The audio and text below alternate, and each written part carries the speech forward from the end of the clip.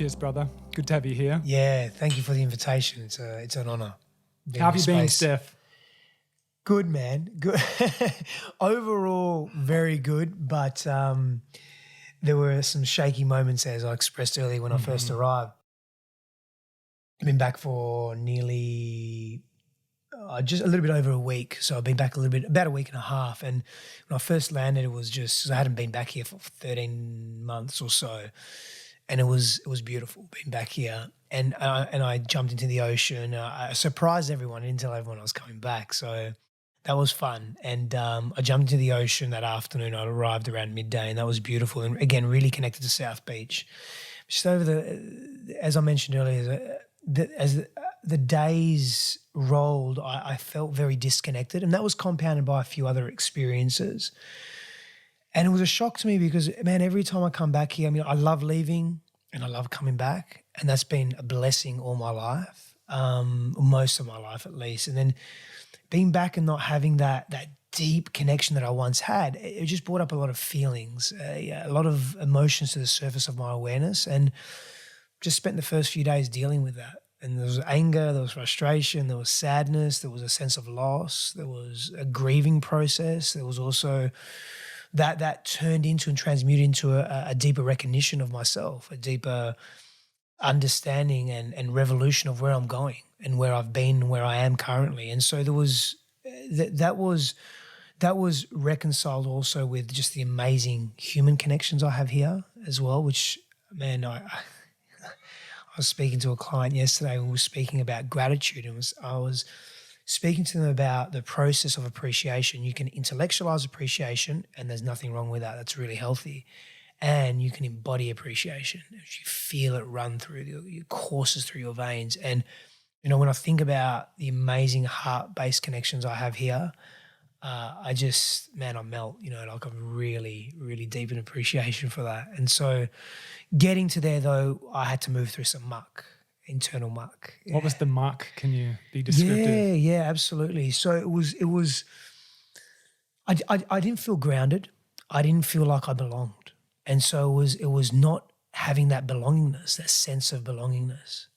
And honestly, man, to be really descriptive, that was coupled with, you know, I just did a launch for one of my men's programs and it did not go as anticipated. And the reason why, and there were reasons, let's be real, the reasons, but one of the core reasons why is because it was just a legitimate mistake there was a broken link in the funnel. Just to make it short in the story, essentially men were trying to get into the program that couldn't actually get in because they were directed to a page that it was telling them that the course was over and they couldn't sign up.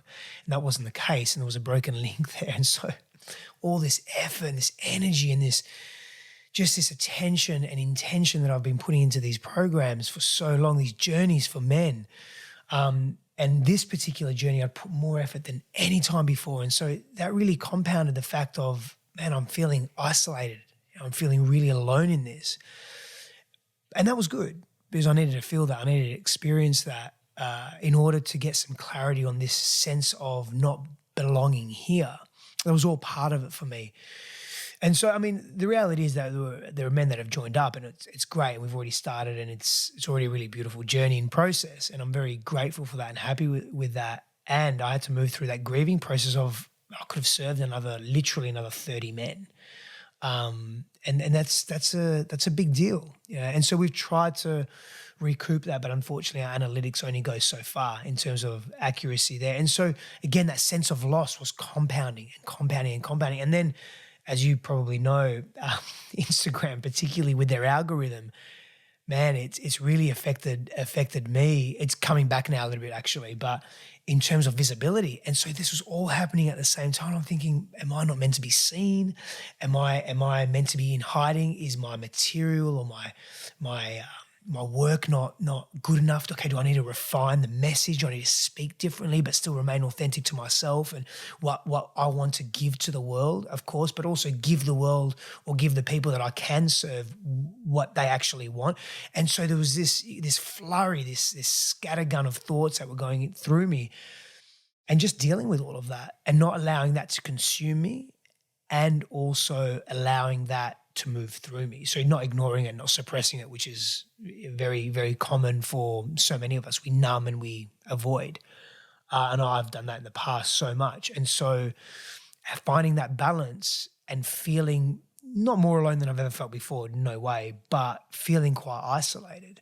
And having this, it was an expectation hangover essentially, as my fiancée Christine Asler would say, is that I had an expectation of coming back here and feeling deeply rooted into land, but I wasn't, and dealing with that. They're awesome sharings, man, and there's gems galore for people to reflect upon. That expectation trap, that's a heavy one, you know, that expectation hangover, really well put. And thank you for sharing so vividly and vulnerably, because that's where the teachings are at. You know, of course, they're in your courses and they're in the wisdom and the Dharma teachings and whatnot, but it's in those vulnerable sharings of where it can be really honest and vulnerable, you know. So thank you for sharing that. Yeah. Did you, how long did it take for you to work through the kind of expectation hangover? Yeah, probably about 3 to 5 days. Yeah. I started, 3 to 5 days. It was tough also communicating with Christine because she could really feel that. She's very empathetic. And, you know, I sort of slipped into an old pattern as well. And man, honestly, I'm not to come from ego, but I'm fairly adept in how I deal with pain and difficulty and challenge in my life at the moment. And I struggle. There are times when I struggle. And last week was one of those times where I just reverted back to old patterns of shutting out. And I wasn't so much numbing out, but I was shutting out. So I was shutting out people that I cared for, and I shut out Christine. But I was very clear about that. I just said, I'm literally shutting myself down, and I feel I can't connect with you, and I can't really connect with anyone at the moment, and I've just got to deal with this. And she was asking that I leverage the tools that I have to shift it. I didn't want to. The egoic parts of me, the entrenched parts, the old unconscious behaviors that are just entrenched in that habit didn't want to budge. And I was very clear about that. I don't want to budge this anger. I'm fucking angry right now and I don't want to budge it. It's as simple as that. Once I moved through that, I went through some processes, anger release and through some breath sound movement practice where I was able to shift some of that energy somatically and then get beyond the anger into the sadness and into the loss and start to identify what parts of that was. And part of that was also letting go of family roots and lineage. And, you know, I was very close to my grandparents, very close to my maternal grandparents. And I looked after them for many years before they passed. And they were born in Italy, but they spent they passed away a few years ago. They spent the last 50, 60 years of their lives here.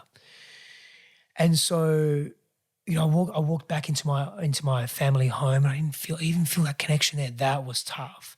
And so there was a grieving process of another layer of grief around my grandparents, they're no longer here. And so there's less and less for me here now, except for that human connection. And accepting that, coming to peace with that. And the moment really I started releasing and then creating spaciousness in my own psyche and my body to come into greater peace with that was the moment I started reconnecting to land, but in a different way. And that for me was liberating and freeing. And now I feel at peace. And and this is a really important component of it. My beautiful friend, very good friends, Joe and Vicky, I've known them for like 23 years.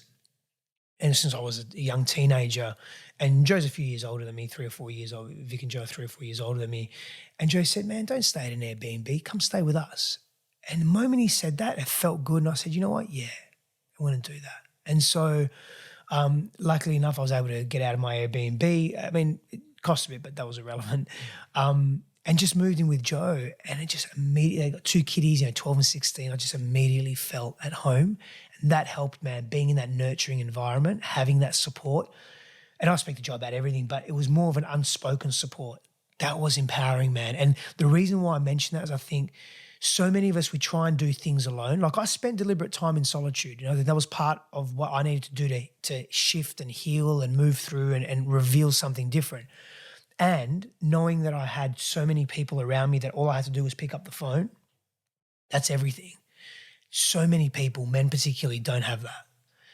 But it's up to us to cultivate that. It's our responsibility.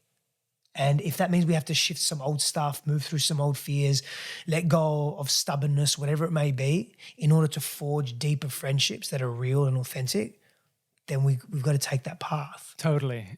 And it takes such responsibility and such action to cultivate that in this current time of all of this endless kind of, not false connection, but the connections we form through the social media and whatnot, which it's so highly addictive. And there's that kind of paradox of people being so connected, more connected than ever, yet people feeling really disconnected in physical, nurturing relationships. And it's that beautiful balance we need, which I think in today's day and age, it really takes responsibility and discipline to not only have that solitude, which I think we need, because people so commonly aren't taking any solitude with the phone phenomenon, which I talk about on nearly every podcast because it's so new and challenging and addictive. It's been designed to be addictive, and evidence is showing that.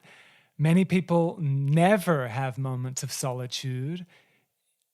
And even 7 to 10 years ago, that solitude would have just naturally happened. Waiting in lines and waiting at the traffic light, just moments Such of a good nothing. point. Yeah. Now, in that moment of nothing, people are reaching for the phone and endless connections. We can connect at a heartbeat, yet people are feeling very disconnected. So that we gotta remember that heart to heart, physical, in each other's space, in each other's tears, physical connection. And you're doing that beautifully with all your men's work. I'm keeping an eye on it. And it's really inspiring because, like you said, women are very good at being vulnerable and honest and talking and getting together. It seems more natural. For men, it seems a bit more unnatural, and it's beautiful to see these men's workshops and circles and really deep work coming up more and more. So good work for bringing that into the sphere. Let's talk about this man in concept that really has a lot of oomph to it, you know, the shift from manning up, which we've been told for however long, who knows how long, we've been told to man up, as opposed to this new potential of manning in. Can you please go there and share what that's all about? Yeah, absolutely, man. And see, I have no problem with the term manning up. I actually feel it's relevant and necessary, and I'll explain, I'll define it. I'll define both man up and man in. The issue with manning up for me is that there's a stigma attached to it that as a byproduct of manning up, we suppress and we avoid and we don't deal with our pain and we don't deal with what we actually want to look at or what we need to look at. And that's the stigma and the byproduct attached to manning up. And so manning up means being resilient and being tough. Being tough means having an ability to move through difficulty. Being resilient is having an ability to recover from difficulty or challenge or an arduous time. Absolutely necessary. Sometimes we need to pull our socks up in the moment and we just have to get through it to survive or even to thrive at a later stage. Sometimes we don't have time to actually deal with the pain and the emotions that are occurring in our world. For example, if you're in a dangerous situation, you're in the forest and you're running away from a bear, for example, you don't really have time to sit there and feel the fear. You can feel the fear later, but you've got to take action on it. So you've got to, technically, quote unquote, man up. That's maybe an extreme example, but we can look at examples in the modern world as well. We can look at maybe being out in public and having an argument with a stranger. You have to make very quick decisions. You can't be there and say, excuse me while I cry if someone's attacking you. It's not really realistic. And so manning up has a place as an example. The issue is that we continue to man up and we continue to suppress, and it becomes a habit and becomes a societal norm where men are simply told that you should not feel as if we don't have a limbic system. Men, particularly males, are told that you just have to get through pain. Nothing wrong with getting through pain, but there's no afterthought to the pain. There's no critical reflection. There's no contemplation. There's no deeper understanding of what is the pain for me? How can it serve me? How can I work with this pain? Do I need to feel this pain again? What is it teaching me? What is it giving me? How am I behaving in reference to this pain, this suffering, this challenge? there's no deeper reflection. And so manning up becomes this norm that is just get through, bulldozer your way through life without any critical thought. Man, when we look at any ancient culture, most ancient cultures that were astute and had some level of spiritual, emotional, physical, cognitive intelligence would have a praxis, a self-reflective praxis, whether it was through prayer or meditation or simple cognitive contemplation at the end of every day. The ancient Greeks would promote this massively. We miss that in today's society. You know, part of what you said around the phones, that's part of that. We're so connected yet so disconnected. And we get entrenched in these habits that aren't really serving us. So for me, the concept of manning in, which was actually, it was a friend of mine, Corinne, said, Steph, you need to do a video on manning in instead of manning up. And then I ran with that. I started giving it more context and flavor and texture and richness and depth and substance. I started going into that. I think, well, okay, for me, manning in is doing the work. It's being aware. For me, manning in is looking at our stuff and saying, okay, I'm going to take ownership of this. I'm going to take responsibility of this. I'm going to look into this. This is too painful. I need a little bit of help with this. I'm going to look at my habits and my patterns in relationships and say, why am I doing the same shit over and over again? I'm getting the same result. It's causing me more pain. I'm suffering more. I'm feeling more fear. I don't have to just keep getting through this. I can reach out for help and I can make some changes. Yes, it may be difficult, but I'm prepared to do that. Manning in is essentially taking responsibility. So once we do that and once we go inward and we become an inwardly evolved man, then we can start looking at, okay, we can look at stoicism. We can say, okay, how do we man up? But you're manning up from a place of greater intelligence and awareness, consciousness of self and actions and one's past and present and where we want to go in the future. That's a very different way to look at manning up. So I say manning in and I say manning up, honestly, to be a little bit and don't man up, to be a little bit controversial because it gets people thinking, okay, what's this idiot saying? You know, what's this person saying? Is it, oh, I really agree or no, I completely disagree. Great if you disagree. Let's talk about that. And what is it that you disagree about? And we can open up a dialogue about what this actually means. But for me, the traditional notion of manning up, it's outdated, man. I'm all for being tough. I purposely condition my physical body, my mental, emotion on a daily or regular basis in order to prepare for difficult times. I'm all for moving through pain and difficulty. And let's couple that with a greater awareness of self. Beautiful. And that video, by the way, is awesome. Thanks, bro. Bit of a tearjerker with the music in the background. Yeah. it's very emotive. Bo, my friend Bo in the US, he's on the East Coast, sorry, he did that for me. He's great at video editing. And if anyone's watching, I'm just going to give him a plug because he's just such a heart-based guy. Awesome. If anyone wants any video editing, just go see Bo. Cool. See it on that video. I'll put a link below to the video. It's really great. It's inspiring and very articulate. And you said it all just then, but it is a great video. Thank you. Yeah. But yeah, it's all about the balance, huh? Because there's another kind of extreme that seems to be happening, especially in spiritual communities with the rising feminine and the women getting very empowered and many women also falling into the other extreme of maybe taking the masculine too out of balance. Seems to be getting this kind of pendulum effect of a lot of men becoming overly feminine and overly introspective and overly soft, kind of that pendulum shift of really deeply going into the feminine and all of that you spoke of without the balance of then manning up and getting on with it. And I'm hearing that predicament in a lot of relationships. I've heard from quite a few women kind of pretty much, to put it frankly, like complaining that their man is soft, you know? And I don't know if that's from having too many soy products and their testosterone's going down, or maybe taking the spiritual practices that we're speaking of, the introspection and the inquiry and just the softening too far. They've become too soft, and their woman's wanting their man to then man up and have some balls and bring it. So it's an interesting balance. And I find that with myself. Just when I first met Joe, I was very in that feminine space, very in a soft space, had no libido for a couple years at least, which led to a very organic process of becoming celibate for a couple years. It just felt natural, felt Whilst good. you were with Joe? No, just before. Just Yeah. before.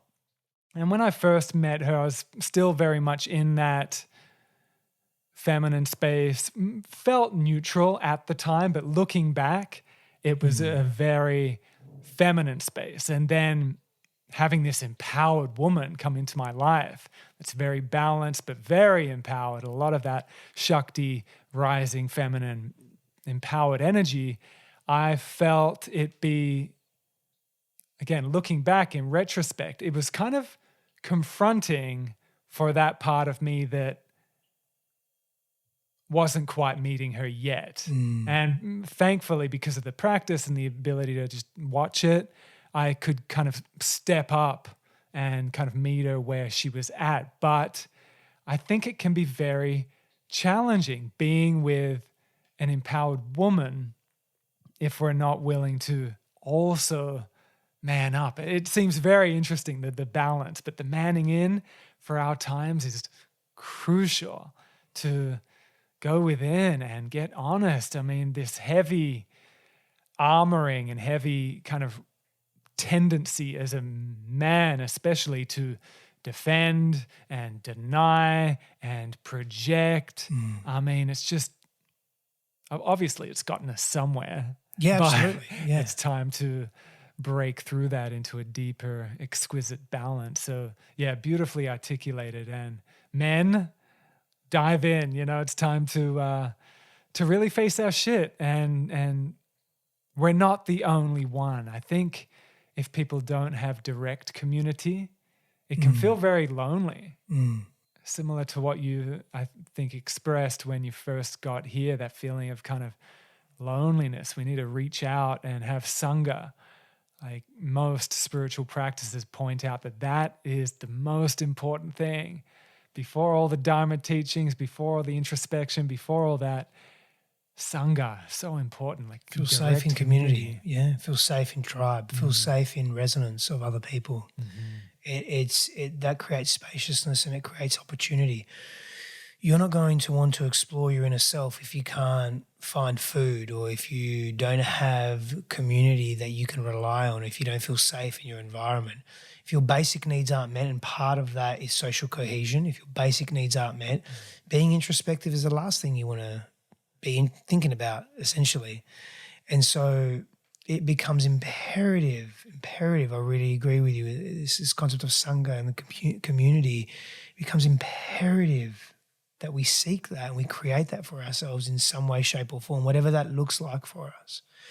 And if we don't, we're going to continue to be lonely and we're going to revert to patterns that are protective, hyper protective. And part of that is distancing, because it's sometimes easier to be alone than to be hurt by others, especially if we're not in check ourselves and we haven't dealt with our own pain and trauma. And most of us have that, not all of us, but the vast majority of us have that.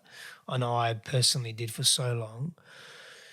Just unchecked childhood developmental trauma and pain that I didn't think affected me, but it did. It really did. It affected my adult relationships. It affected my belief systems, the way I moved through the world, my models of reality, the way I gave and received love, the way I behave and acted, and all of that. And we all are open to that. We all can be affected by that. And for men, I think it's so important that we find community. I mean, we've evolved that way. We've evolved with bands of brothers where our primary primitive roles were to protect the perimeter, to create shelter, to be physically adept, to be strong in our bodies, and to work in small or larger teams in order to survive and protect the community, but largely because of our physical prowess. And so, over millions of years, humanoids have evolved that way. Now we're sedentary, we're isolated, we live in cubicles, we drive in cubicles, we're on our phones. We lack that constantly or excessively. We lack that human connection and that reliability on another, that deep brethren. That needs to come back. It's a big part of it. Yeah, it's definitely coming back. But it takes choice, doesn't it? I mean, it's so easy. I can only imagine working 8+ hours in a cubicle, like you said, driving there, driving back, however long that takes to commute, and then living in a cubicle enclosed in the walls, maybe by yourself. So you're maybe on a computer for however many hours in that cubicle, in your cubicle of a car, into your cubicle of a house. And that, again, I can only imagine, because I haven't been in that position. I can only imagine, and I have real compassion towards those people, kind of, because it would be very, in a weird way, addictive. If that's your familiar routine, you're doing that most of your life, 8+ hours a day. That's most of what you're doing. That'd be a thick fucking trap to get out of. And it's like, take responsibility, have choice, but to really like peel open the veils and make that initial choice and put the fucking phone down, or instead of watching TV at night, go and have a primal workout or do a yoga class or go meditate or do something, jump in the ocean. Yeah. It would take a lot of willpower, a lot of initiative, a lot of balls, and then a lot of self-love. I want to talk a little bit, or maybe a lot, about self-love, because it really feels like a cornerstone, a real potent, necessary foundation for discipline, really, for it to come from self-love, in which we're not being narcissistic and obsessing about ourselves, but it catapults us to make conscious choice. So what do you feel is self-love, and how can that help one make those conscious choices when it's really tough and they'd rather just turn on the fucking television or hop on the phone and just scroll? But to do something that would be tough, it's tough to do something out of our comfort zone. Can you speak to that a bit? Well, the first thing that comes to mind is radical self-acceptance and radical self-compassion. I just released a video on this today, actually this morning, our time, Perth time. So I wonder how many of us, man, I'll just speak for me. I won't even project, although I'm a keen observer of human behavior, and I study the mind and so forth, but I'm not going to project. I'm just going to keep it with me. Like, I wonder how many of my actions are actually just for me. Let me elaborate. And you can apply this to yourself or to the people that you see, and for the listeners watching. Apply this to yourself. When you're putting makeup on, when you're putting your clothes on, when you're choosing what outfit to wear, when you're thinking about how you want to talk and articulate your message, your thoughts, your ideas, how much of that is really just for you? When you look at your face, how happy are you with your face? Are you happy that you have some wrinkles here, or that you may have I've got a blemish or two here, over there. I don't know where it is, one of the sides. Am I really happy with that? And if I'm not happy with it, why am I not happy with it? Is it because I'm annoyed by it? Is it because I think what others may think of me based on some notion or idea of what it means to be attractive, and then the symbolism and meaning that being attractive has in our social construct and the psychology behind that? I mean, for people watching, I overthink shit. Like, I go deep into thinking stuff, right? So I was thinking about that a week or so ago when I did that video, or 2 weeks ago when I did that video, and I was thinking about, when I look at my body, I'm strong and I'm lean, but could I be leaner? But why do I want to be leaner? What's it for? Or I want a particular vein or a muscle here, or I want my hand to look different, or I want more body hair here or less body hair there, or what? Based on what social construct? Are they really my ideas? Is that really coming from the essence of who I am and who I want to be in the world? Or is it coming from some projection of what I think others think of me, or how others see me? And I guarantee you, man, so many of us get caught in this trap. When we're looking at plastic surgeries, when we're looking at, and I'm not saying there's anything wrong with plastic surgeries, wrong or right, that's actually irrelevant. But why are we making these choices? Why are we making the choices to exercise? Why are we making the choices to eat a particular food? Why are we making the choices to wear these clothes or put this makeup on or drive this car or live in this suburb? Like, what fundamentally, when you really get honest with yourself, what are the reasons for that? And I'm not insinuating that every single person does it for how other people perceive them. Not at all. I'm not saying that every single person does it for ego. What I'm saying is there is a part of us that is perpetually unhappy with who we are. And I really believe that based on what I see in people's low self-worth, their value of self, their belief of self, the way they treat themselves and talk to themselves. For so many years, man, the way I spoke to myself internally, man, if anyone spoke to me like that, I mean, back in the day, I'd be punching on. I'd be really aggressive and angry about that. I would never speak to anyone like that today. But in my head, I was speaking to myself in that way, really nasty. Telling myself I wasn't good enough if I made a mistake, or maybe I spilt this. I'd call myself a fucking idiot, but with nastiness in my tone, in my inner tone. And all of that was learnt behavior. For me, if I peel all that back, it was expectations that were put onto me, and the way I interpreted my life and environment, the way I interpreted the way my father, particularly my father, but my primary caregivers gave me love and saw me and what I needed to do in order to be loved.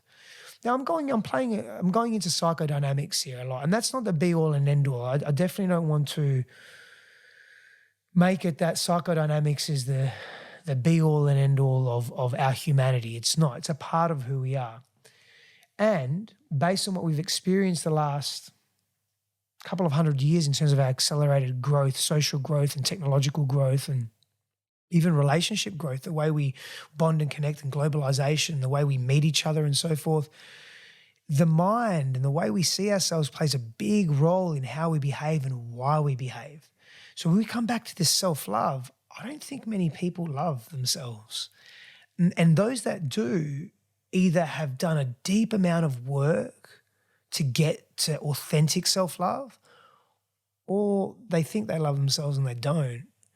Because when we start nitpicking at everything that we are, or even parts of ourselves, we have to ask the question, why? What does that actually mean? Totally. Well put. I've had quite a few clients that have come to the honest realization that they're scared to give up their neurotic self-hatred and anxieties, in fear that they won't know how to be motivated to get up and do what they do, get up and compete, get up and go to work. They've literally come to that realization like, holy shit.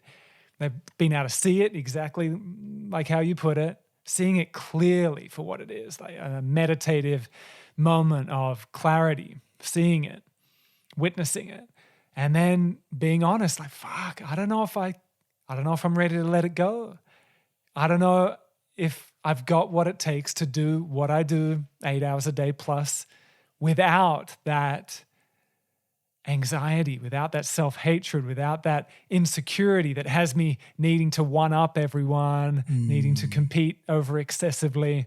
So it's an interesting game to really check out with full honesty. Like, can we do what we do from that place of self-love, which we can, but for most of us, it's a huge leap into completely new territory. Because that, when we're truly like in love, in a state of love, we're also then loving that person next to us and then loving everyone. Everything. Yeah. So how, if we're in like a dog-eat-dog, I don't know, corporate environment or something like that, for many, that is inconceivable how they can go into that game loving themselves, loving everyone, just oozing compassion. It's totally possible. And what a beautiful transmission for paving the way for the future and harmony and how we treat the earth. You know, even how we treat the earth is a reflection of how we treat ourselves collectively, that kind of inner self-hatred. And then of course we're going to hate on the earth and just bulldoze it and burn it and kill it, because that's what we're doing to ourselves collectively. So it's huge to like really sit with that and work with it. And self-love is big. It's a big energy. And may we really get honest with that. May we like hear these words and these sharings and like really dive into it. Because when we're truly in self-love, that's where true confidence comes from. Yes. We're in ease and we're in confidence, and then we can go out and rock it and not be so fucking preoccupied with what everyone else thinks and all those games that come with feeling insecure, So it's big. Man, confidence, you touched on confidence there. Confidence is something that we all want. Confidence is something that we all think about. Confidence is something that we all crave. And ultimately, confidence comes from a clearing of self, a clearing within self.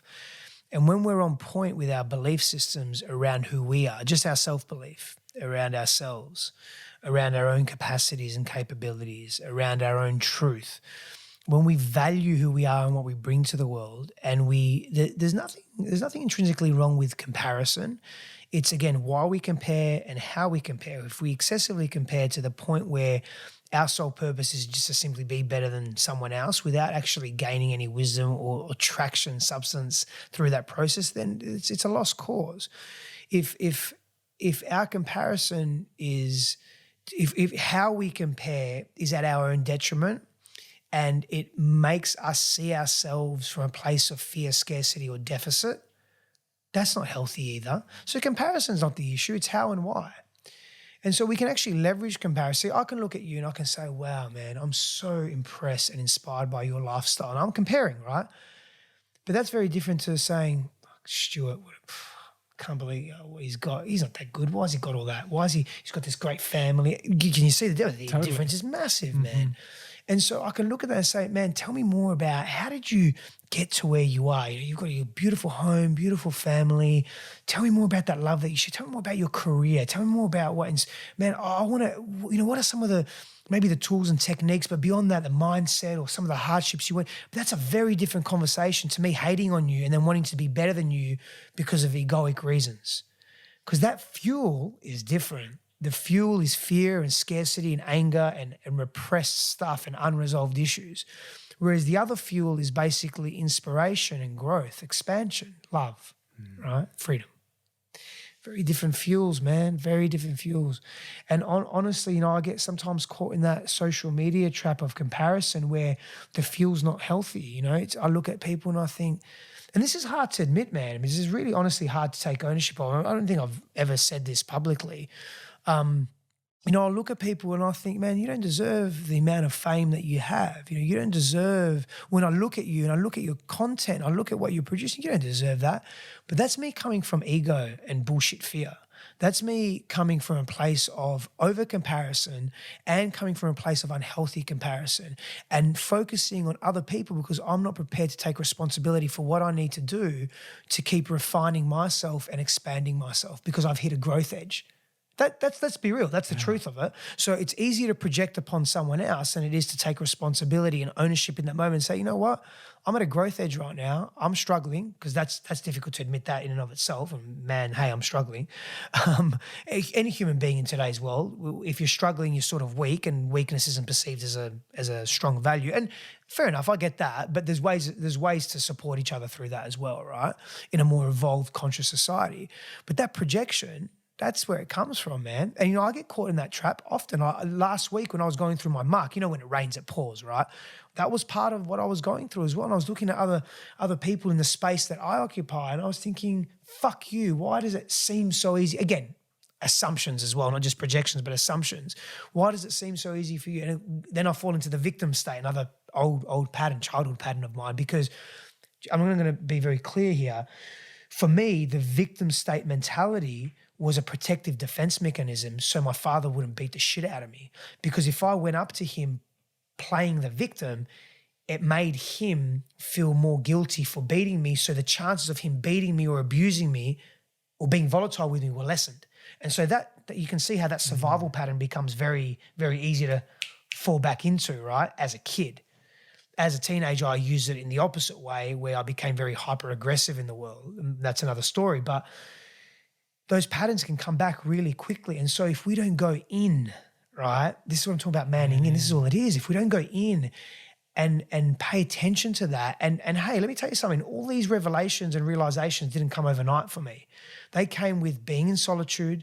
They came with being persistent in doing the work in terms of going deep within myself. It came from reaching out and asking for help. It came from researching. It came from sitting in stillness and silence.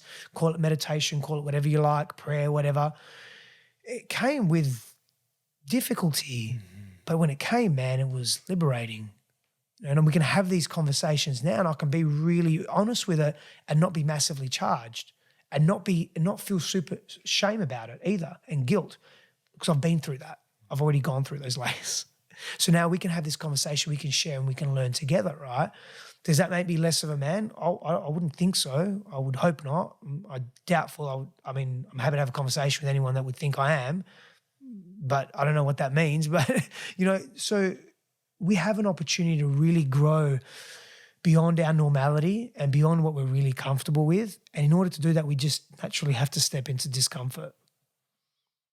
Yeah, that's huge. To voluntarily step into discomfort is very new territory for many. It is. To intentionally get uncomfortable. And we've touched upon ancient practices and tribes and whatnot in which that rite of passage and that intentional stepping into discomfort is a part of their culture. Like we were in Mexico not long ago, and the sweat lodge, that's a part of their culture. You get in there and you intentionally get uncomfortable, get hot, and face your shit. You just sit up for 12 hours all during the night while you're man, it's pain. It's pain. Another thing is like the walkabout, intentionally going out on your own in solitude, in the heat, and just roam and face your shit, face your demons, face it all.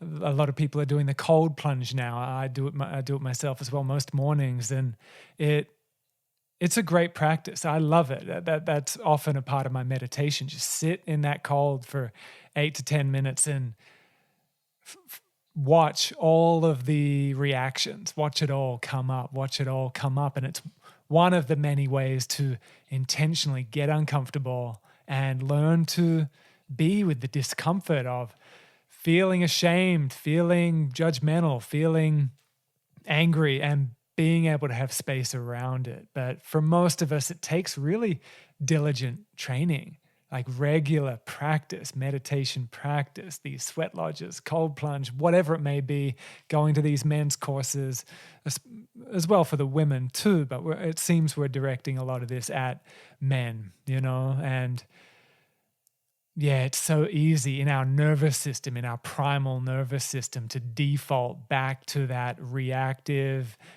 divided, over-competitive way. We've been doing it for so long. It's a survival mode, and it makes sense. And when I'm in it, just reflecting on it happens every now and then. And similar to what you shared, the social media thing. Like if I'm feeling shit, if I'm feeling fatigued, feeling flat, that's a trap for it. It's so sticky. It just sucks me right in. I think that's pretty common. Yeah. I've got a bit of a rule of thumb. Like if I'm feeling like that, if I'm feeling shit, if I'm feeling down on myself, feeling projective or all of that. No social media. But that's a discipline. Yeah. Because it's so sticky. It's so seductive to go on it for that. Even that rush of cortisol when I am feeling judgmental, even that is weirdly seductive to distract me from my crappy feeling and just project it on someone else. Like it's weirdly seductive and chronically distracting. So I've got a bit of an austerity, a bit of a discipline. If I'm feeling crap, just don't hop on social media. Doesn't always work though. Don't always do it, but I try to install it, and it's effective. I always feel better if I just don't pick up the fucking phone. Just don't scroll through that shit. Yeah. And I think these types of disciplines are really going to be necessary for people's well-being as it continues to get more and more elaborate and subtle and multi-dimensional and 3D and real. It's just mind-blowing where the social media and phone thing is going. The what is it? Virtual reality. It's getting more and more real. Yeah. And studies are showing that what we're seeing through the phone, as that gets more and more virtually real, there's just no difference. Yeah, the distinction is blurred, man. Yeah, the distinction's getting blurred. With our senses. So it's now we need to really exercise those those disciplines and discernments, especially as it all gets more and more detailed and elaborate and real, you know? Big fan of discipline and discernment, and that's part of delaying short-term gratification as well. That's part of that process, because we live in a world where everything is just so easy. We're in massively peaceful times. We're technologically advanced, more than we ever have been, at least. There's just so much of that we have to be discerning. We go back to intentionally creating challenge in our lives. You know, once upon a time, not that long ago, challenge was in our environment. Our environment was very dangerous. We were challenged naturally, and we grew that way. And because it was so dangerous, many of us didn't survive that long, really. We had a very short lifespan, 20, 30, 40 years maximum, if that. Now we have, in order to really challenge ourselves because challenge for growth is really the domain of the masculine. And so when the masculine enters that purposefully and intentionally, I think that's worth more in today's age, especially when it's done mindfully and with awareness. And so that's more difficult, though, because it's not forced upon us, or we have to react or respond, but we actually choose to now do that. And in a world of ease, in a world of simplicity or oversimplicity, or the attempt of that, the culture, at least the mentality is that's very challenging, and the reward is far deeper and greater as well. Yeah, healthy restrainment, that discipline to restrain, very necessary. Steph, I'd love to just pull back and get to know you a little bit more, to be honest.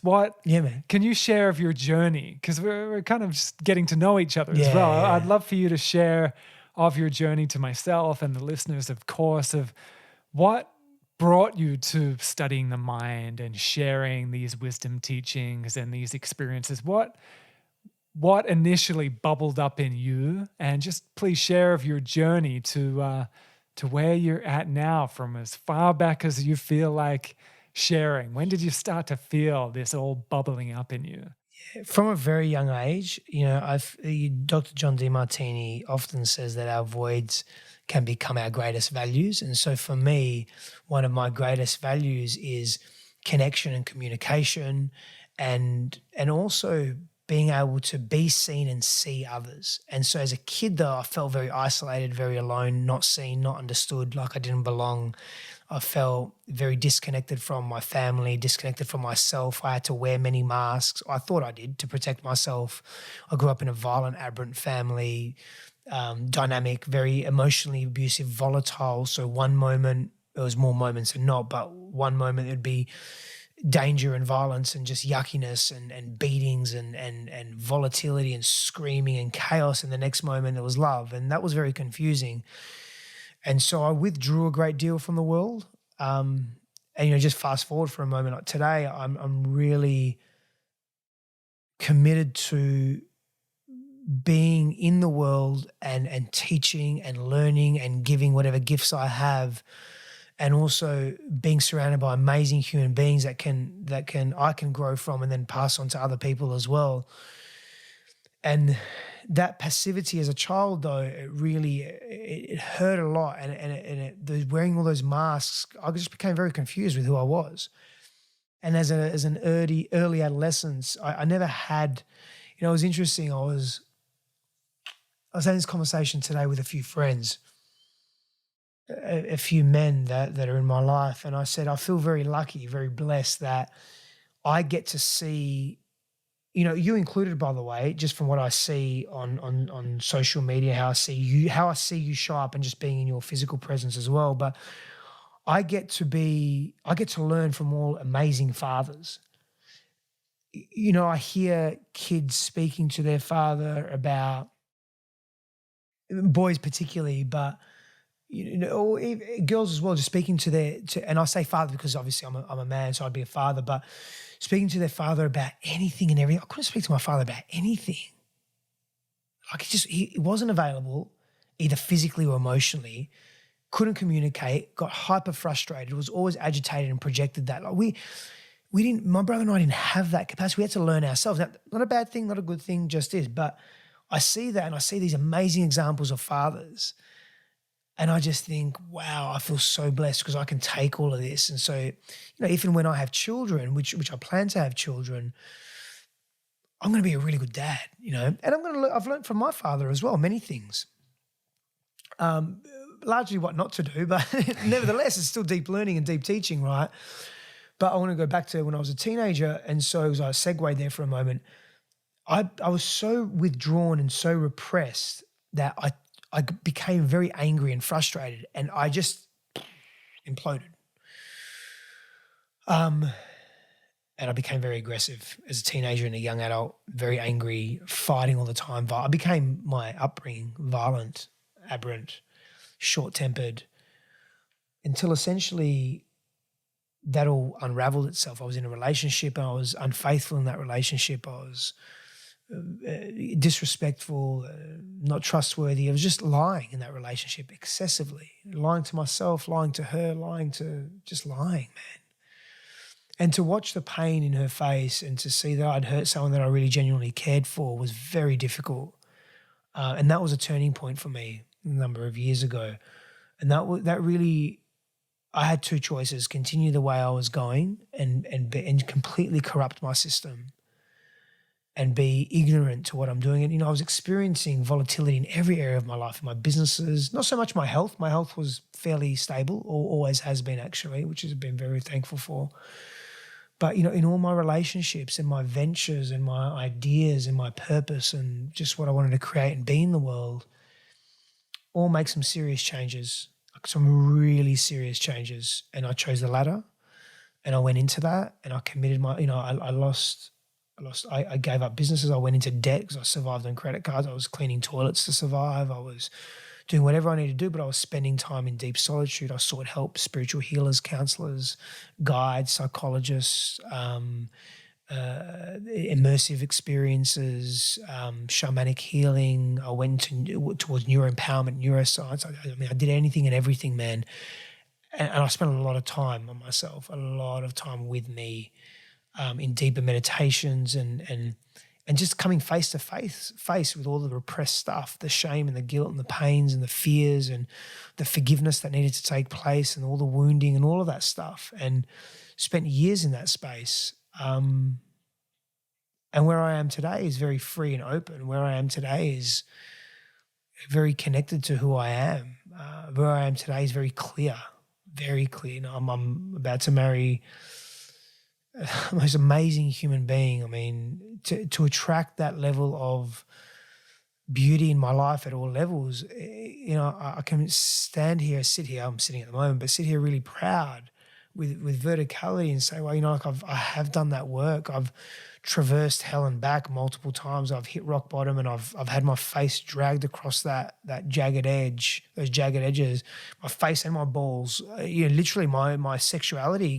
Just because so much of it was around how was I behaving sexually, how was I behaving relationally, like just dragged across those jagged edges of that rock bottom, and completely rebuild myself. And not many of us get those opportunities. Not many of us go down that path. And I'm very blessed that I did. And I feel where we are collectively as a humanity, as a consciousness, as a collective consciousness, we, fortunately or unfortunately, we need to learn through extremes. That's where we are as a collective. I feel that's changing. And I feel the more of us go through those extremes, we realize that the pendulum doesn't have to keep swinging in extremes, and we can find a greater harmony. And I feel blessed enough that's where I am at the moment. So when I'm dealing with difficulties, very different to how it was 3 years ago, 2 years ago, 5 years ago, 1 year ago, 7 years ago, 10 years ago. The level of awareness that I have is far greater. And, surprisingly, I just unpack more levels of awareness because I'm willing to, I want to. But I had to make that initial decision. And I really want to stress that whilst I spent a lot of time on my own, I had a lot of support as well. And man, I was on suicide watch, for myself. What age would have that been when you were on suicide watch? What age do you think you were? Oh, for me, man, I went through a very dark period before my 20s, very dark period. I went through a very dark period when I was 28, but the Saturn return. Yeah. 28, 29, 30. The darkest for me was around 30, 31, 32, 33. There was a bit of reprieve there. I'm 37 now, and then 30, 34, 35 was very, very dark as well. Very, where I was legitimately contemplating. I was losing my mind, man. I mean, I was losing all the layers of self, the way I identified with the world, all the layers of self-identity. And so there was just a heavy period there. And even last year, even though I'd moved through so much of the old stuff, last year I purposely took on some psychosomatics. It was a journey. It was about a 3-month journey with a couple in San Diego.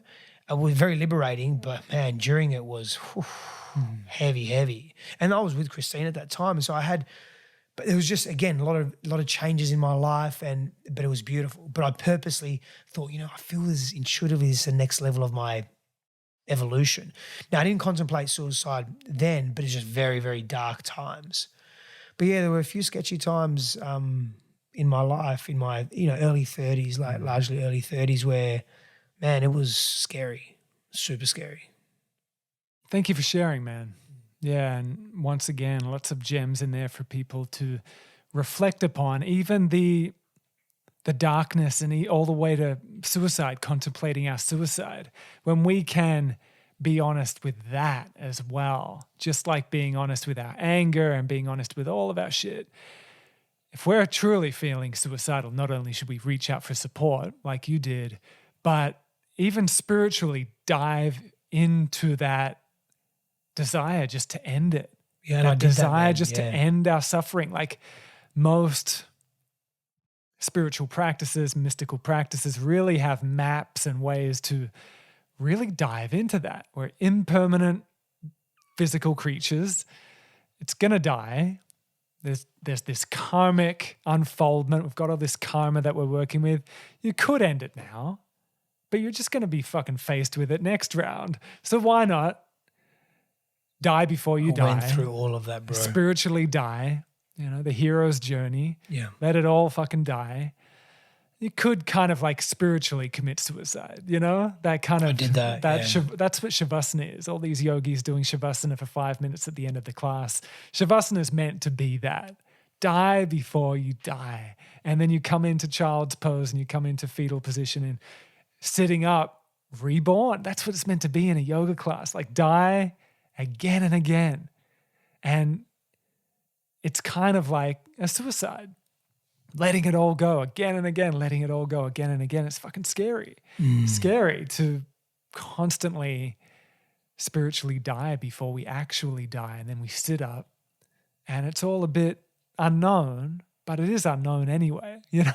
That's clarity, stepping into the unknown, that kind of beginner's mind. So yeah, I think it's a really sensitive subject for people, especially in our culture, just the conversation of death and impermanence. Most people don't want to go there, or a lot of people don't want to go there. I know even people really going deep into their sadhana don't want to talk about death, don't want to go there. And it's a common one that ties into all the other cloaks of denial and misperception and just kind of hiding in those blind spots that keep us from being really present. The death thing is huge. And I know a lot of teachers kind of emerging in the community and a lot of people going really deep in their kind of mid-20s and just a bit of and flying high, like really full of vitality and really just rocking it and empowered and in a groove, in a really flowing groove. And possibly just a little bit of wise discernment that there seems to be a pattern after that mid-20s, kind of late 20s into mid-30s, like you shared, where that kind of next movement, that next level of growth and development comes into play. That it could be called Saturn return or whatever we want to call it.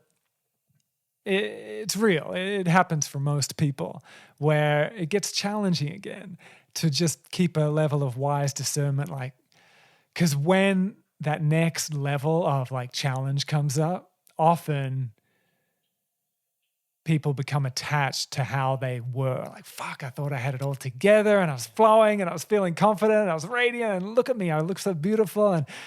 And then all of a sudden I'm fucking deep in it again and I'm suicidal, dark night of the soul and whatnot. That's normal. It's normal for our growth and development. We might have taken multiple steps forward and then all of a sudden multiple steps back. That's fine. We do that from birth, 2 steps forward, 1 step back, et cetera, et cetera. If we're truly at the cutting edge of our growth and development, that's going to keep happening, whether quarter life crisis, midlife crisis, 3/4 life crisis.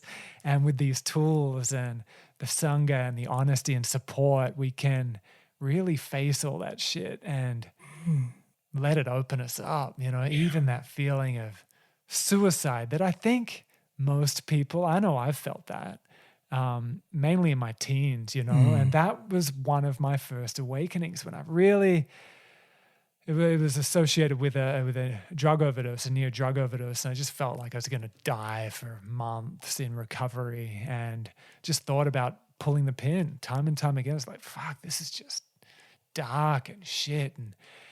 And that was a huge awakening. I'm really thankful that I didn't kill myself, but in a way it was a kind of spiritual death. It was such a dark, intense period that then something beautiful emerged. And literally when I did emerge, people didn't recognize me.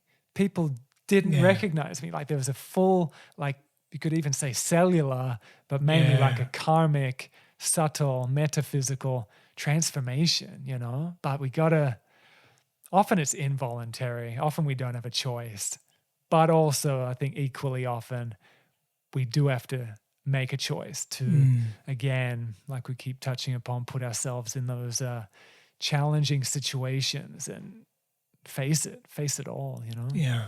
Yeah, man, there's so much power in facing just our stuff, who we are, who we want to be, who we're not, and who we're attempting to come into. I think there's a lot of power in that. And we negate that because it's difficult.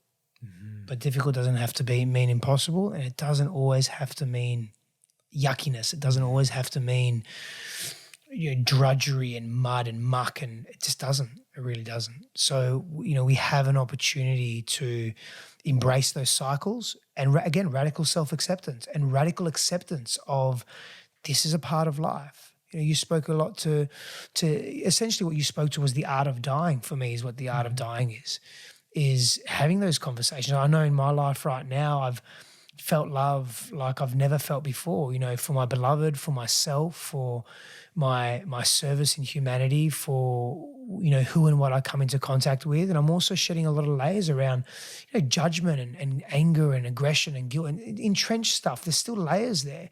And as I come into this newer version of myself and I've loved like I've never loved before, I'm also realize I'm saying to myself, there's a practice of release and detachment here as well, because I just don't want to be that person that puts everything into something and then that something is, quote unquote, taken away from me and then I crumble and have no foundation. And so for me, I need to die before I die. I need to for me, and I believe this is very transparent for all of humanity, but I want to speak for myself that for me, my next level of evolution, and this isn't a few weeks or this isn't a 6-week course or anything, this is a lifetime practice, is to love deeper than what I love now and with less attachment, with less apprehension, with less tension, with less fear. And that's a deep practice, and that is the art of dying before dying. Whether it be physical death, whether it be an emotional death, whether it be a relationship death, whatever it may be, is to be adaptable and robust and prepared to, okay, I'm no longer serving in this way. This is the new direction. Can I be at peace with that? This is genuinely where I need to go right now. Can I be at peace with that? Can I let go of the identities that I have attached to my actions for so many years? Can I let go of what I've created in the world and given to the world? Can I take a new path if need be?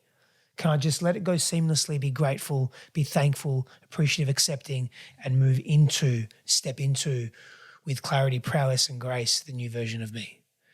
Well, we usually struggle a great deal to step into any new version of self because we're so not because the new version of self is ugly or not nice, but because we're so attached and entrenched in the past. So for me, my personal practice, something I'm very aware of and have been really since I met Christine, since I felt this profound giving and receiving, learning to receive at even deeper levels, I started feeling about, oh, this is interesting, because with this great love comes great responsibility and the potential for great pain. Let me go deeper into this. Oh, man, I hear you. Wait till you have kids as well. That just takes it No to doubt. another fucking deep level. No doubt. It's crazy. And I chew on that attachment thing a lot. I thought I had it down before I had kids, you know? And when I do these contemplative practices in regards to my kids and non-attachment, this love without non-attachment, it's a fucking tricky one. Yeah, It's no a doubt. real tricky one. And I'm very attached.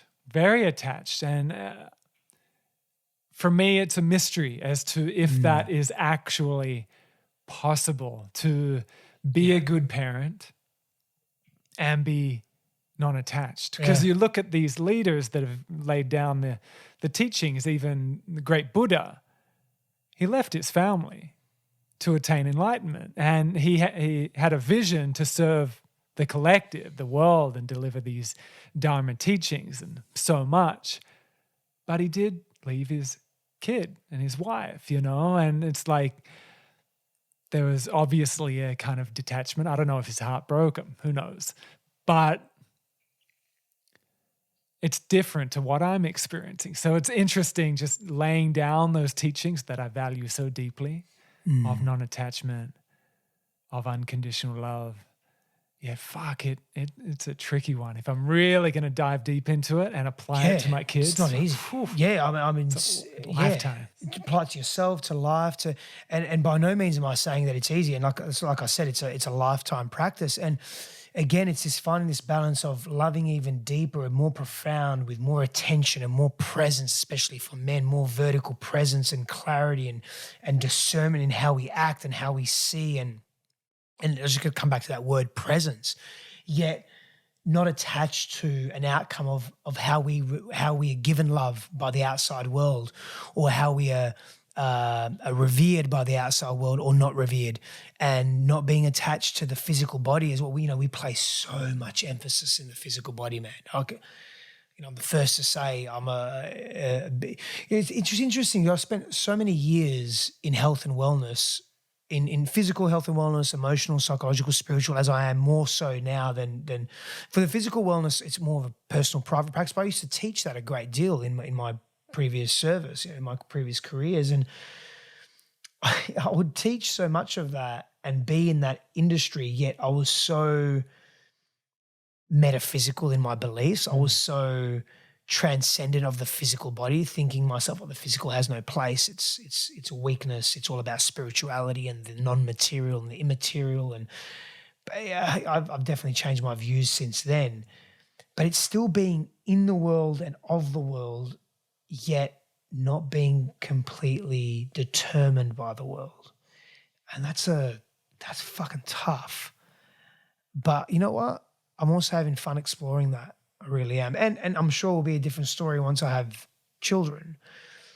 But irrespective, it's something that I really want to continue to practice with great depth and clarity.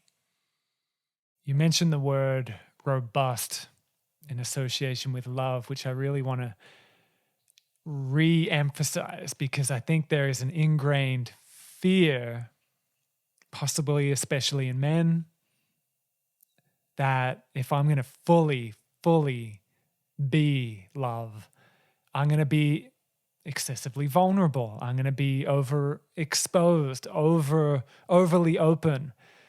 I might get my back stabbed. I might have my guard down. Yet, from my own experience and from what I study, when I'm really in that state of love and devotion and presence, there is a robustness to it. There's a vitality to it and a resilience and a flexibility to it that is so much stronger than any egoic kind of false armor or guard or persona type divide that we put up. Yeah, this deep love is very strong. It's very robust. Yet it does require that huge leap.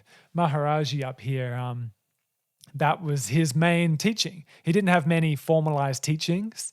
It was all about love everyone and tell the truth. I mean, that's a lifetime of practice, lifetimes. And Ram Dass often reflects on that. Like, he's still practicing that. If he's going to be really honest, he's still practicing. I'm still practicing to love everyone and tell the truth. That's it. That was pretty much the teaching. And disciples would be coming up to Maharaji like, come on, give me the method. And he'd be like, go out and feed everyone. Go out and serve everyone. Go and love everyone. Tell the truth. And that was his whole thing, this path of karma yoga, of action, of bringing it from within to without, and really giving that love unconditionally. And he was renowned for that. Not for many formal teachings, but just this love, this deep, deep love, which is so impactful, so strong, you know. Yeah, I hear that, man. I hear that. That's another practice in and of itself as well. That devotional love, you know, or you could mention karma yoga, but also the bhakti yoga, the devotion. Just that in and of itself, devotion, unwavered devotion. So it's not conditional devotion. It's unwavered, unconditional devotion. I mean, that's another practice in and of itself. Yeah, Ram Dass shares this story of a Zen monk, and the Chinese were coming into Tibet, gutting everyone, literally gutting everyone with machetes. And one of the men with a knife walked up to this monk, like, don't you know who I am? What I could do with this knife? I'm about to gut you. And this monk just stared at him in the eyes lovingly, just unconditional love, and just said back to him, don't you know who I am? And the guy just broke down in tears, dropped the knife, and apparently didn't gut him. And that was a huge part in breaking the back of the Chinese invading Tibet, that power of love, even when we're about to get our fucking guts slashed. There's another story of Gandhi, as he got assassinated, and he's doing his devotional practice, just chanting Ram, Ram, Ram, God, God, God. That was his practice, mainly just chanting as he served the world. And apparently, even as that bullet entered his heart, and I talk about it a lot because it's a huge inspiration, he apparently uttered the words Ram, and even had a gentle smile on his face as he got shot. Even then, not like, fuck you, how dare you kill me? Like, even then he's loving. Yeah, there you go. There's the non-attachment, right? There it is. I mean, that's the devotion to the practice. That's the realization, and the action of that. I mean, it's everything. May we. Steph, it's been a delight. I want to respect your time. What's coming up? What's the near future laid out for you and the community? Have you got anything you want to mention to the listeners? Yeah, man. There's so much going on. So Christine and I are teaching in London on the 6th of October, which is a one-day workshop. It's all about love. It's all about self-love, really, and moving through the sticking points in our lives so that we can expand our presence in love. And we're back in December here as well in Australia together. So we'll be teaching here on the West Coast and East Coast, which I'm very excited about. Reclaim Your Kingdom for me has already started, which is that online program for men. Men from all around the world get together. And then it's coming out again. I run a few of these every year in October. Also for your US listeners, I'm with Sacred Sons. So Sacred Sons are us, Sacred Sons. We are a men's group as well, a men's organization, really healing the planet, but helping men move through their stuff. And so we've got, just go on Sacred Sons website, you'll see there's a a deep men's program at the end of August in San Diego, which there's 4 facilitators. There's 4 of us, myself, Jason, Aubert, and Adam, and we're going to go deep with 20 men. So it's a 1-to-5 ratio. It's powerful. And then we have the convergence where there's good 100 to 200 men, 150 to 200 men in October as well. And we're going to do 2 back-to-back, 2 weekends back-to-back, and that's just on the border of San Diego and Mexico. So just very exciting things for this year, man. Super exciting. And just serving and growing in the interim. Wonderful. Yeah. Well, I'm super inspired. Thank you, brother. You're a real inspiration. It's been an honor Likewise. and a joy to connect. Thank All you, the brother, best, for having brother. me. Appreciate it. Much love.